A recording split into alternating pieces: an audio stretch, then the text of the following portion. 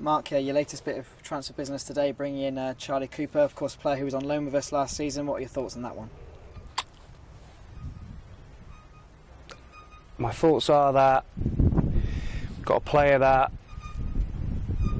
had offers to go and play or sign Premier League, Championship, and he decided to come back here because he wanted the chance to play senior football. You know, he didn't want to go and be around in under 23s. He wanted to have that opportunity to build his CV, to get more games under his belt. Turned down an awful lot more money, but I gave him the advice and what I thought was right, and he looked at the options and he decided that he wanted to come back here. So he's got a battle on his hands now. We've signed some good players. We've got good midfield players to get in the team. Yeah, definitely. And in terms of your business so far, that's 4 now. How many more are you expecting? I don't think we're going to put a number on it. It's just making sure that we get to the end of August with a squad that can take us through to January. You know, we have the transfer window in place now. We can't sign players on loan throughout the season, only during the transfer window. So we have to make sure we get our business done, you know, before the end of August, and we have a squad in place that can take us all the way through. Yeah, how would you describe the successful nature of your business so far? Feel like you're getting somewhere, or do you feel like you've been frustrated sometimes, maybe just due to the nature of what it's like at this time?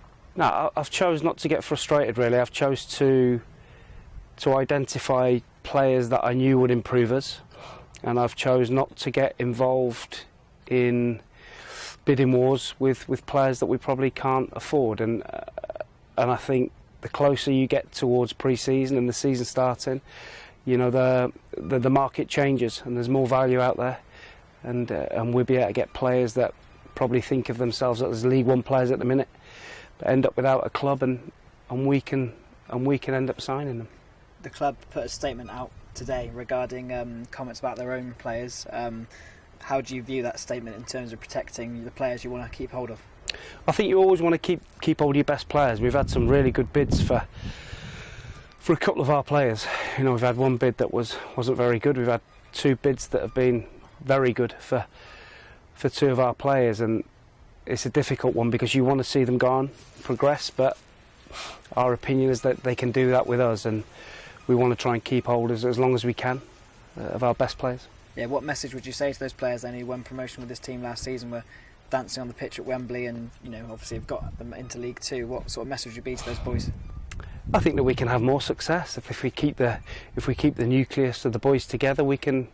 Why not? Why can't we go again? You know, you look at a lot of teams come out of the National League and go again and have a chance of getting into League One. So why can't that be us? We're certainly going to aim for that. You know, and with the signings that we're making, we're going to try and improve again and make sure we give ourselves a chance of competing at the top end of League Two.